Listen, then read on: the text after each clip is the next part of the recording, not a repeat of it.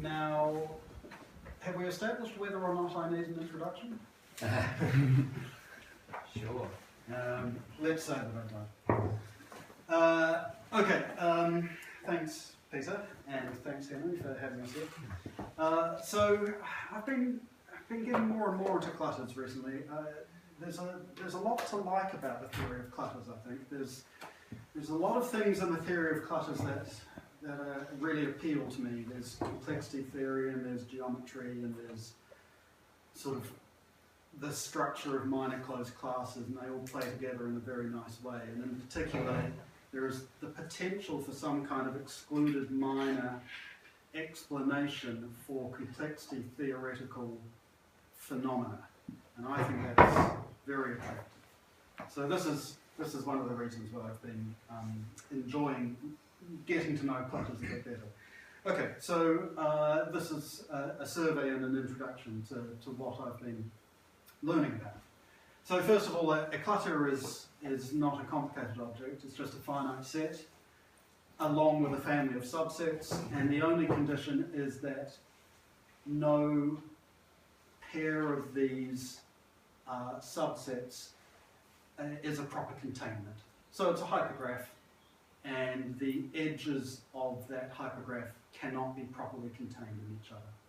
So I will say that the finite set S is the set of vertices, and the finite subsets are edges, and that's standard terminology for clutters, but as we'll see, it's quite inconvenient at some times for reasons that will become clear. Okay, but anyway, that's the definition of a clutter. They first appeared in the literature in 1928. I think this is actually the first result in extremal set theory. It's Sperner's theorem, and it says that if you have a clutter with n vertices, then there is an upper bound on the number of edges, and that upper bound is pretty much exactly what you'd expect. What's an easy way to create a clutter? Right? You could just take all subsets of an equal cardinality. Clearly no pair of those is proper containment. So that means that the number of edges is going to be a binomial coefficient, and then you can just maximize that binomial coefficient by making the size of the edges equal to half the number of vertices, up to rounding. And that's a clutter with a lot of edges, and it turns out that that is the maximum number of edges that you can have in any clutter. So that's Sperner's theorem. So it's it predates the Erdős-Colorado theorem by 10 years. I think it genuinely is the first real theorem in extremal set theory. So as a result, clutters are sometimes called Sperner families. The clutter terminology seems to have originated with Jack Edmonds, and now it seems to be dominant. This is the sort of picture of a clutter that we'll use quite frequently, incidence matrix. So the vertices are labeling the rows. Sorry, I have a weird kind of wiring error in my brain, which means that I have, when I use the word row or column in reference to a matrix, I have about a 65% chance of getting it right, but no more than 65. So the vertices label the columns, and the edges label the rows, and then it's just the obvious incident matrix. So all we're saying is that if you compare any two rows, the support of one row is not properly contained in the support of another row. And here's another piece of terminology that I'll use over and over again. A transversal of a clutter is a set of vertices, and it must have non-empty intersection with each edge. So it's a set of columns, and if we restrict to those columns, if we restrict to the submatrix of those columns, then it must have no zero rows. That's what a transversal is. Okay, so it doesn't necessarily partition the edges, right? It's just that the union of them is the edges. Yeah, sorry. Say again? Yeah, so your example there partitions the edges, right? No, the bottom is two ones. Oh, I can see the bottom, sorry. Okay, one mistake. Don't worry.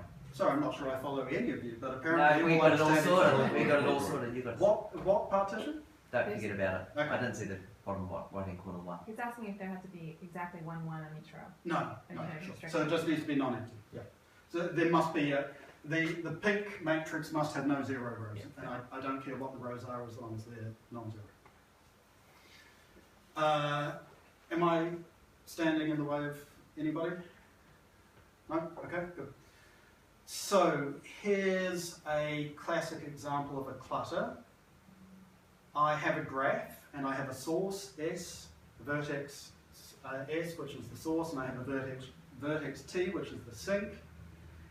And I consider the edges of this graph to be the vertices of my clutter, hence the confusing terminology, right? What are the edges of my clutter going to be? They are going to be edge sets of the graph, and in particular they're going to be edge sets of ST paths. Okay, you cannot have an ST path that is properly contained in another ST path, so this is indeed a clutter. Right, is that clear, despite the vertices being edges? Okay, so here is an example of an ST network, and here's my clutter of ST paths. Let's just suppose that I've applied a weight to every edge of the graph, which is to say to every vertex of my clutter. And now what I'm going to do is I'm going to look for a transversal of the clutter with minimum total weight. So what do? How do I solve that problem? Sorry? Not greedy, in fact. Mingus theorem. Next one. Sure, yes, that's basically right, but I'm not going to call it Mingus theorem. It's, Next flow. yeah, it's forward-focusing, right? So what is a transversal? A transversal is a set of edges that meets every ST path. Being cut. Yeah, right. So and a transversal is going to be an ST cut, right? And if you build out, you start thinking about electrical networks. Indeed, yeah, or flows, right? Flows and networks, yeah. Okay, so we are now looking for a minimum weight ST cut. And we know how to do this. It's the forward-focusing algorithm. I mean, there are lots of different algorithms for finding a minimum weight ST cut. But the point is that it's sort of dual to finding a maximum flow. So here I've highlighted a minimum transversal with weight 9. And I can find a flow of weight of total value 9. So I know that this is a minimum weight cut. The max flow min cut theorem tells me that this genuinely is a minimum transversal. Do you want to see the flow? The flow of weight 9, value 9? So I send 4 along the top. I send 3 along this zigzag path. I send 1 more down here. And then the complicated one is I send an additional 1 along here, here, here, here, and here. So notice that I've got 4 going that way and 1 going along that way on the top edge. Okay, but anyway, that was a flow of value 9. So I know that I can't find a cut of value less than 9. And this can be done in polynomial time, right? There are various algorithms for finding a maximum flow and a minimum cut in polynomial time. And that's something that we're pretty accustomed to now. It doesn't seem surprising. I mean, it's something that we learn as undergraduates, and probably most of us have taught it to undergraduates.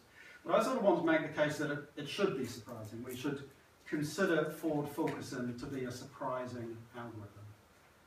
Because finding a minimum weight transversal should not be easy. Look at this example. Notice that I've replaced all the weights with constant weights of value 1. Finding a minimum transversal there should not be easy. Why? Why would I say that? So vertex cover or something like that? Right. Okay. So what Gordon has noticed is that now every edge has got 2 vertices. So this really is a graph. And I'm looking for now a minimum set of vertices that intersects every edge.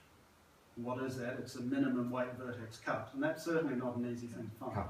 Cover. Sorry, the vertex cover, yeah.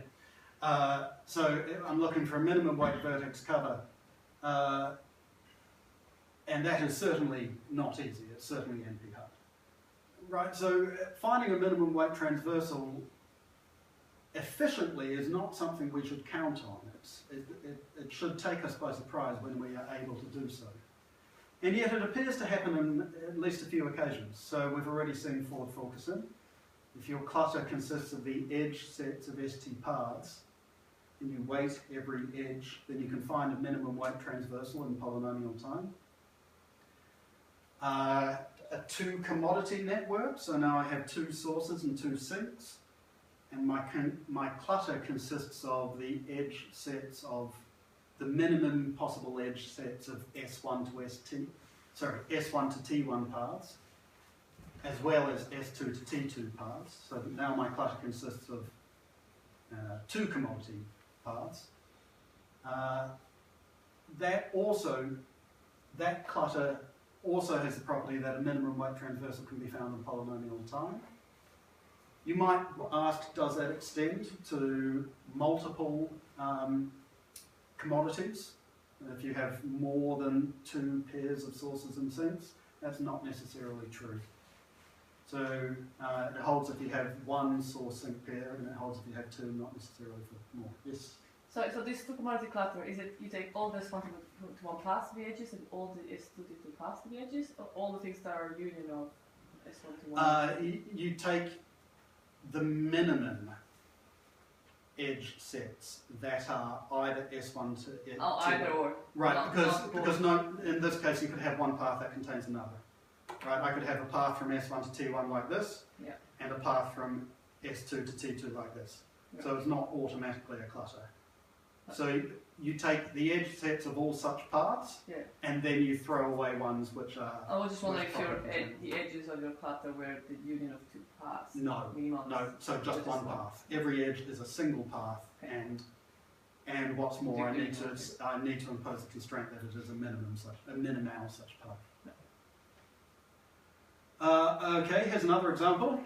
It'll be familiar to Irene and probably others. Take a graph. Distinguish a set of vertices, T. I'll say that T must have even cardinality. And then I look for forests of the graph, which have the property that a vertex has odd degree in the forest if and only if it is in the set T. And I'll call such a forest a T-join T-join of the graph, I guess, a graph of the graph along with T. And maybe it's not obvious that that's a clutter, but it is. Carolyn in her talk yesterday spoke about graphs, and those are the binary matroids that can be represented by a graph along with a distinguished set of vertices. And the circuits of that matroid that contain the element corresponding to the vertex set, the distinguished vertex set, those are exactly the T-joins. Okay, so T-joins are circuits of a binary matroid that contain a particular element. Therefore, they certainly can form a clutter. And again, they have this property that you can find a minimum weight transversal in polynomial time. Another example, take odd cycles in a planar graph. That certainly forms a clutter. You can't have a cycle properly contained in another cycle. Weight the edges, and then look for a minimum weight transversal. That too can be found in polynomial time. And that doesn't necessarily hold for non-planar graphs, as we'll see. How about the dual? Alt cuts in the planar graph. To give you a statement that might extend to yeah, all graphs. Not sure. Not sure. Yeah, I have to look that up. Okay, so anyway, here's a collection of clutters which have this surprising property that you can find a minimum weight transversal efficiently. And I'm making the case that we really should be surprised by that. It should be a difficult problem. So, what kind of an explanation can we get for these surprising facts?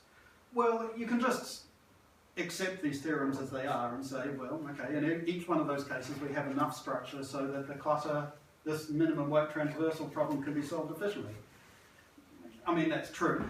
We have 4 theorems, so these clutters just do have that particular type of structure.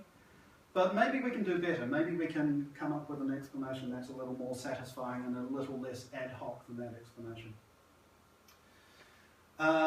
Okay, so that's really what the theory of clutters is about. I think that's the motivation for studying the theory of clutters. So let's see if we can get a little bit closer to a satisfactory explanation by thinking about some integer programming. Okay, so here's a quick refresher on integer programming. You're in Euclidean space, and for the purposes of to make things easy, we'll consider only two-dimensional Euclidean space. We are looking at points that are integral, and so points that have non-negative integral coordinates. So I'm considering only one quadrant of the Euclidean space, and I'm going to impose linear constraints. So what that means is that I consider a bunch of half spaces, like so, and I throw away all the points in the interior of that half space. I'll allow points on the boundary of the half space, but I'm throwing away points in the interior. So I lay down a bunch of half spaces across that Euclidean space. And then at the end of that, I have a feasible region, so the points that I have not thrown away. So I have a polyhedron of feasible points. And what I want to do is find a point, an integral point in the feasible region that, let's say, minimizes a linear objective function. So that means that I've got a function on the plane, so I can think of that function as being a surface sitting above the plane or possibly dipping below it. And I can represent that surface sitting above the plane with its contour lines, with its lines of constant value. And because I care only about linear objective functions, the contour lines are all straight lines and are all parallel to each other. Right? So this red line marks the curve where that objective function has constant value. And any line of constant value for this objective function is going to be parallel to that line. And what I want to do is find the integral point in the feasible region that minimizes that objective function. So let's say that as I consider parallel lines moving down to the left, the objective function is going down.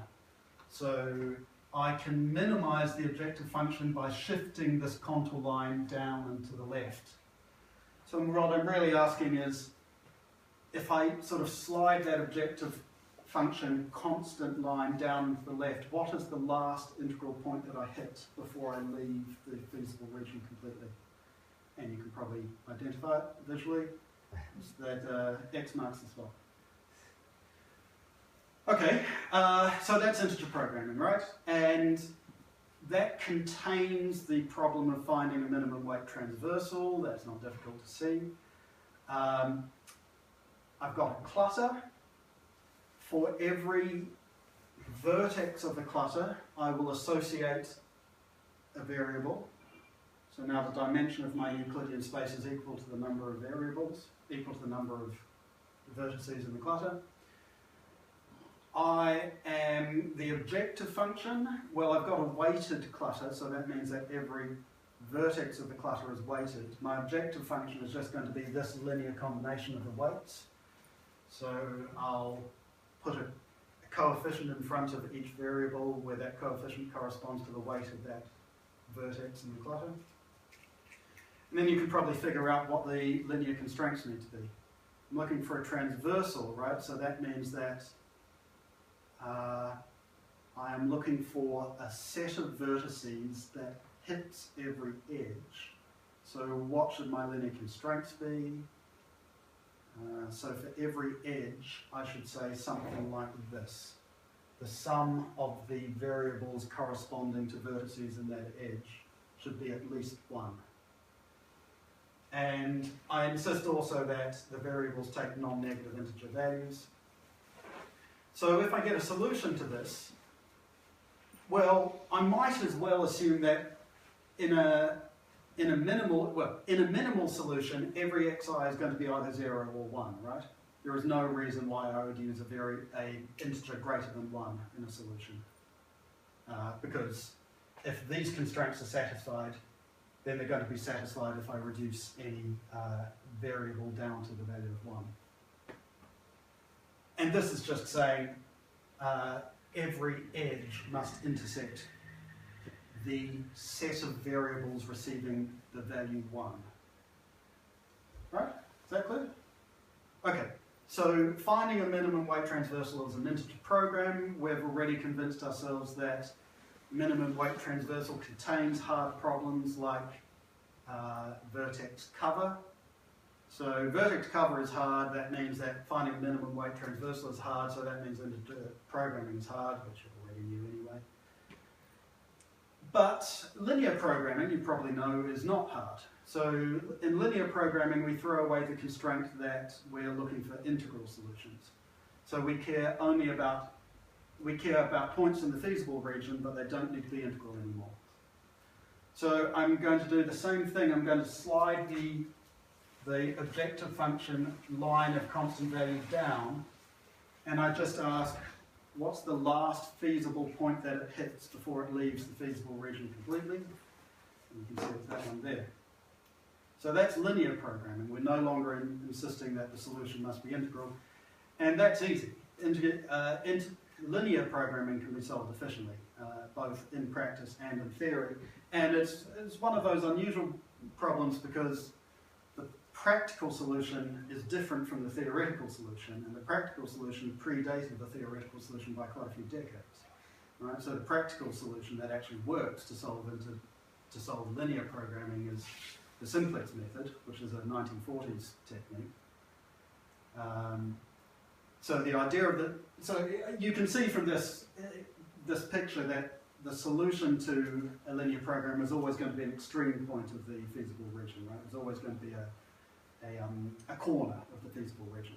So what the simplex method does is it starts at a corner and it walks around all the corners, always trying to improve its objective value. And that works in practice. And you need to add some bells and whistles to avoid the walk going around in circles. But in practice, it's fine.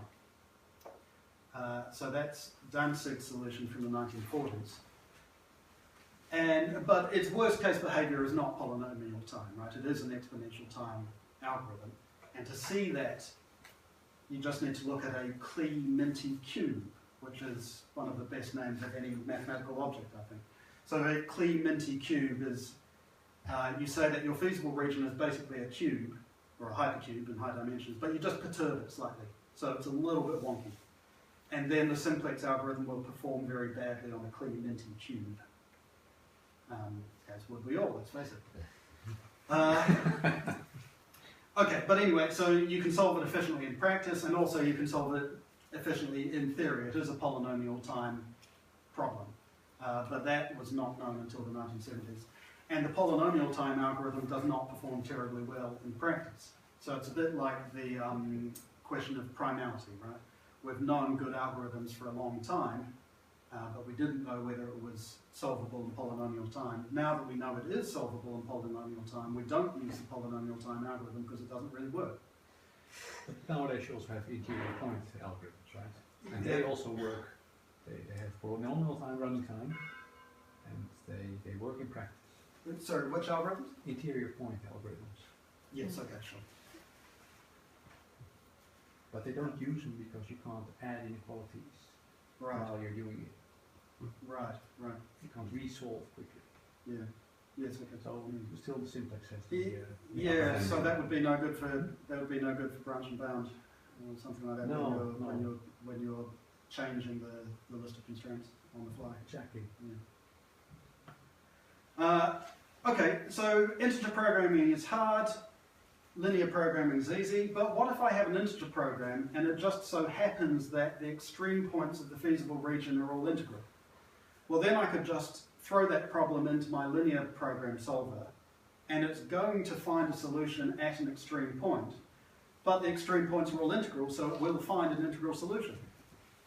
So if I have an integer program where all the extreme points are integral, then the problem that should be hard becomes easy.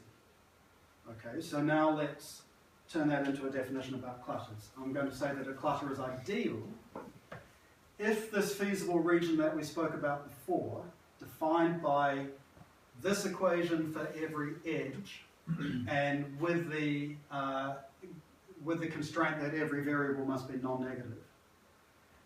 If that program has a feasible region having integral extreme points, then I'll say that the clutter is ideal, and in that case, the minimum weight transversal problem becomes a linear program, so it can be solved efficiently. What exactly do you mean by extreme point here? Consider I guess the feasible region is a simplex. Like consider a zero face of that simplex, like a vertex of the feasible region, right? The feasible region is an intersection of closed half spaces, and an extreme point is just a corner. Is that fair enough? I mean, it's not a formal definition, and I don't really want to give a formal definition. Is that okay?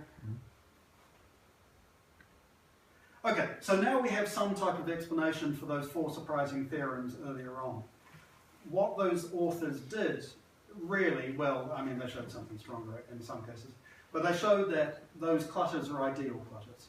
So they showed that the feasible region has integral extreme points, so if we want to find the minimum weight transversal, it just becomes a linear program, so it can be solved efficiently. Was that the original approach, Don? Yeah, so that's interesting. In some of the cases it was. Ford-Fulkerson was not, because that was a bit earlier than the others, right? So I believe it is not the case that Ford-Fulkerson talk about integral points of feasible regions. Okay. I mean, they talk about max flow, min cut. I think their original theorem just says that the value of the maximum flow is equal to the value of the minimum cut, which is an actually stronger condition than being ideal. There was a theorem in there by Edmonds. Edmonds and Johnson proved the theorem for T-joints. That's explicitly about clutters and ideal polyhedra, which is not surprising. Of course, Edmonds thinks polyhedrally. And I haven't... the 2 commodity paths, yeah, I think that was stated in terms of a clutter being ideal, or maybe it didn't use that language, but it was essentially that. Yeah. And I haven't been able to look up that paper, so I'm not sure. Yeah, so it's a mixture. It's a mixture of actually using this type of language and these type of ideas and using ideas that predated them. Okay, so that's some type of explanation for these surprising facts. These clutters are ideal, but again, it's still not a really unified explanation, right? You just have 4 theorems, and they say this family of clutters is ideal, and so is this, and so is this, and so is this. So there's still ad hoc explanations in some sense. There is the potential for a unified explanation, so let's work towards that. What's on this slide? Okay, so a blocker, suppose that I have a clutter, I can form a related clutter, derived clutter, called the blocker. That's Edmonds' language again. The blocker has the same vertex set as the original, and the edges of the blocker are just minimal transversals. Okay, so that's clearly a clutter because of the minimality. So we've already seen one example, right? We considered the clutter of ST paths, and then a minimal transversal is just going to be an ST cut.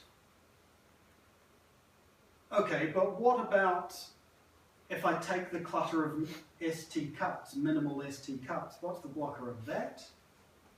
Well, you might know that if you apply the blocker operator twice, you just get back to the original. So the blocker of the ST cut clutter is the ST path clutter. And that's true in general. If the operation that takes a clutter to its blocker is an involution. So you apply that operation twice and you get back to the original clutter. You're concerned about something. Oh no, I thought it was also by Lemon.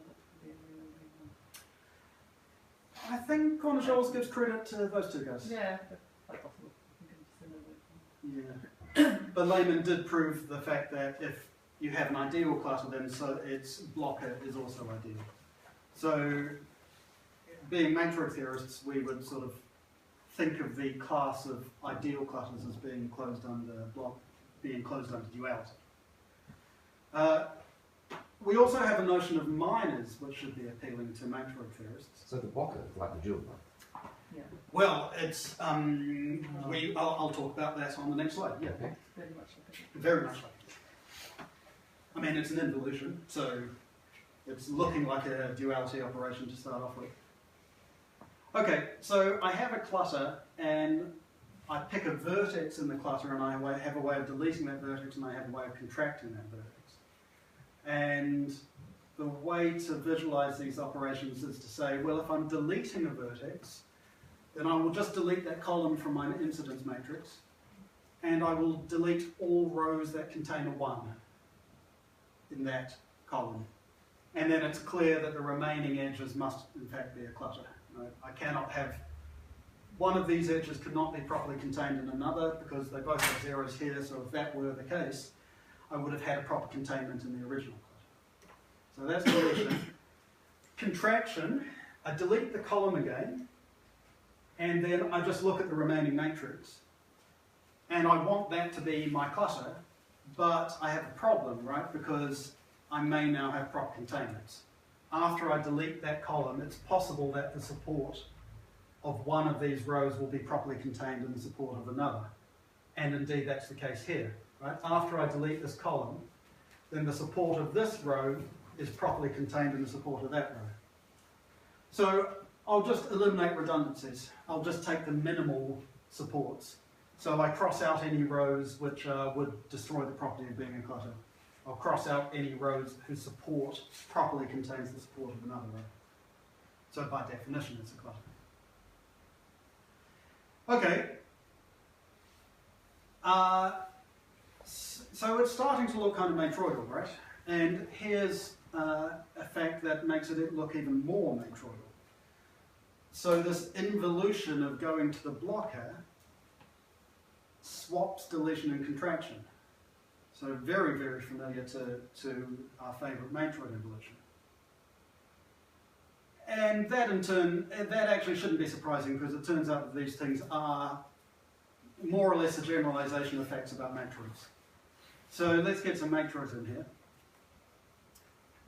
I'll take a Matroid on the ground set E, and I will pick an element little e, and now I will construct a clutter.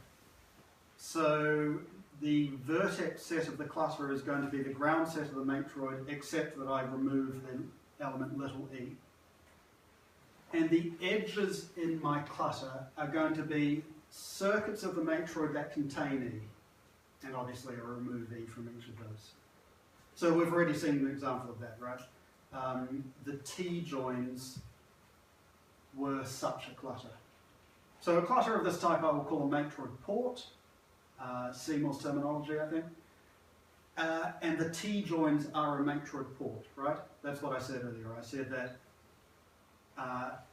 the T-joins are exactly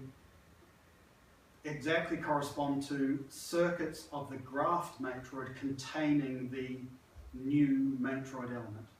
So T-joins are always Matroid ports. And then all of these phenomena that we've been seeing about the involution and the involution swapping deletion and contraction, they work in the natural way for these matroidal clutters. So if you apply the blocker involution to a Matroid port, you get another Matroid port, and you get the Matroid port of the dual Matroid. So this is a clutter of circuits. If you apply the blocker, you get a clutter of co-circuits. And deletion and contraction correspond exactly to the Matroid values. So those coincidences where things were starting to look Matroidal were not really coincidences, they were sort of general statements about things that hold for Matroid ports. Okay, so one of the consequences of these two last facts is that if I consider the family of Matroid ports, that family of clutters is closed under minors, right? So if I delete an element from a Matroid port, I get another Matroid port. If I contract an element from a Matroid port, I get another Matroid port. So it's a minor closed family of clutters. So we could ask for excluded minors. Please use. It's a good guess. Wait, what do you mean by P6? I mean, C was P6, which is the thing. Something to do with K4. Well, you're close, but I have to deduct some points because it's actually P4. Oh, it's called P4, is it? Yeah. It's a path. It's a full path. I thought you called it P6. You might be thinking of Q6. Q6 is the clutter of triangles of K4. Q6 is ideal. Q6, I'll talk about it later. Yeah, Q6 is a well-known clutter. It's sort of a fairly fundamental clutter in the same way that, I don't know, we consider the finite to be a fundamental macro. Yeah, okay, so anyway, this is the excluded minor characterization of Matroid ports, right? P4, Q4, the blocker of Q4, and then this infinite family. So JT you can understand by taking an identity matrix, a T by T identity matrix, putting a bunch of ones underneath it, putting a bunch of ones to the left of it, filling in the corner with 0. So that gives you an infinite family of excluded minors for Matroid ports. Okay, let's compare that to another excluded minor characterization by Seymour. I need to talk about binary clutters. So a clutter is binary if whenever I take the symmetric difference of 3 edges, the resulting set contains another edge. That's equivalent to saying that every edge of the clutter, if I take any edge of the clutter and any edge of the blocker, their intersection must be odd. That is an equivalent characterization of binary clutters. This too is closed under minors, and we have an excluded minor characterization of binary clutters, also due to Seymour. There it is. So most of these clutters you've seen before. J2 is just like the obvious way of extending the sequence of JE clutters that I had on the previous slide. Okay, so what are some consequences, what are some observations we draw from these excluded minor characterizations? Well, first of all, it's not well quasi-ordered. It's not really surprising. You can have an infinite anti-chain of clutters under the minor relation. Both of those excluded minor characterizations had infinitely many excluded minors. Observation 2, slightly less obvious. Every binary clutter is also a Matroid port. So let's go back and see why that should be the case. So there are the excluded minors for binary, right? So I'm going to take a binary clutter. So that means it does not contain any of these. I would like to show that it is a Matroid port, which means that it does not contain any of these. Well, in some cases that's obvious, right? It's binary, so it can't contain P4. P4 is an excluded minor for binary. All of these J's are excluded minors for binary, so my binary clutter does not contain any of the J's. But that leaves the case of these two up here. They were not excluded minors for binary. So what do? G2 is containing them. That seems like the obvious conclusion, doesn't it? Right, if what I'm saying is correct, then these two must contain the other excluded minor for binary. Is that correct? So in B of Q4, if you delete the last column, you get Q2. Right, so... No, contract the last column. Yeah, right. So deleting the last column and then remove any redundancies, right? But you have no redundancies after removing the last column. So that's contraction. I contract this vertex and I get J2. Okay, so certainly a binary clutter can't contain B of Q4. And then duality. Right. So what does that mean? That you delete that column instead of contracting it. So if I delete this column, then if I delete this column, well, I literally delete that column and I also delete that row and then I'm back down to J2. Okay, so that... So is J2 self-dual? Yeah, all the J's are supposed to be. Right, they are their own So blocks. once you've done it for Q4, you don't have to, or for B of Q4, you can stop for Q4. Sure. Yeah, I mean, these two families are both closed under the block of involution, right? So the family of excluded minors has to be closed under blockers. So P4 is its own blocker, I guess. Okay, so every binary clutter is a Matroid port, and in fact a clutter is binary if and only if there is some binary Matroid M with the property that you can obtain the clutter by taking the port of that Matroid relative to some element. Another observation, Rota's conjecture is true, right? Or the equivalent of Rota's conjecture. So binary clutters correspond to binary Matroids. Every binary clutter is a binary Matroid with a distinguished element. The binary clutters are a minor closed class, but there are infinitely many excluded minors for that minor closed class. So Rota's conjecture doesn't hold in the world of clutters. Okay. The class of ideal clutters is also closed under minors. So now we're getting closer to a unified explanation for those sort of 4 surprising theorems that we had earlier on. Since the class of ideal clutters is closed under minors, we could look for excluded minors. And such an excluded minor is called a minimally non-ideal clutter. And it's just a clutter that is not ideal, but has the property that all of its proper minors are. And there are lots of them. There are people who have been studying these MNI clutters for a long time, and they know tons and tons of them, thousands of them. So the excluded minors for the class of ideal clutters, that's not going to be a clean characterization. However, it is possible that if we look at the class, if we look at binary excluded minors for ideal clutters, then we could get something clean. And that is what Seymour has conjectured. So if we care only about excluded minors for ideal clutters that are also binary clutters, Seymour conjectures there are precisely 3. So F7, OK5, and the blocker of OK5. So what are these clutters? F7, the vertices of the clutter are the elements of the Fano, and the edges of the clutter are the lines of the Fano. OK5, the vertices of the clutter are the edges of the graph K5, and the edges of the clutter are the triangles of K5. No, that's not right. It's the odd cycles. Odd cycles, yeah. Yeah.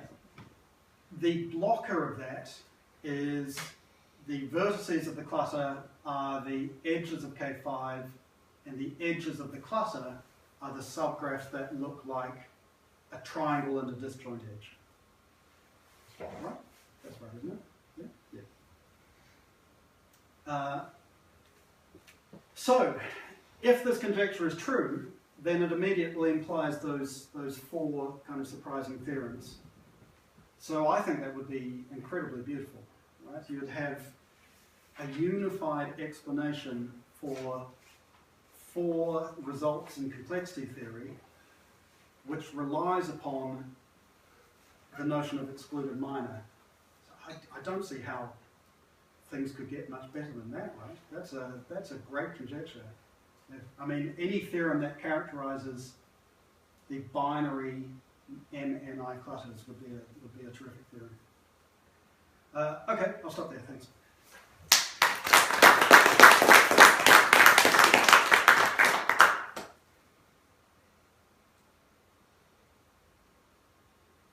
Are there any not known results that would follow from Seymour's conjecture? Are there any what? Like unknown results, not theorems. Oh, already. I mean, I guess in some trivial sense, I could find a family of clutters and just deliberately construct it in such a way that it cannot contain those excluded minors. I'll construct a family of binary clutters, construct it in such a way that it can't contain those guys, and then, hey presto, I've got a new family of ideal clutters. But that's not terribly interesting. I guess are there any conjectures about families of clutters that would follow from Seymour's conjecture? I'm not aware of any off the top of my head. There are theorems. I mean, Bertrand Renan's theorem about packing odd circuits in. Yeah, that's again for odd circuit and sine graphs. yes. So he proved the conjecture for basically for Sign graph. even Sign cycle graph, and even cut matrix. Yeah. So things that come from sign graph. Yeah, if you specialize that conjecture to Sure. sign graphs, I then guess That that's is true. proved, yeah. Yeah, if you That's right. So Bertrand proved a special case of Seymour's conjecture. If you prove Seymour's conjecture, you also prove Bertrand's theorem. Yeah. yeah. But I think, well, it sounded to me like Peter was asking, is there some natural family of binary Yeah. clusters whose idealness would be implied by Seymour's conjecture, where we don't already know them to be ideal? Yeah.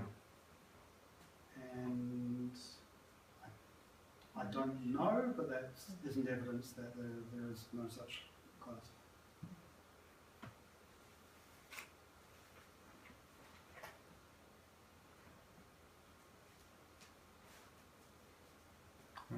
Tomorrow you can present the proof. Well, we're working on this this afternoon, right? So Yes, that's right. no problem. Okay, thanks, Dillon. Good old. Okay, thanks.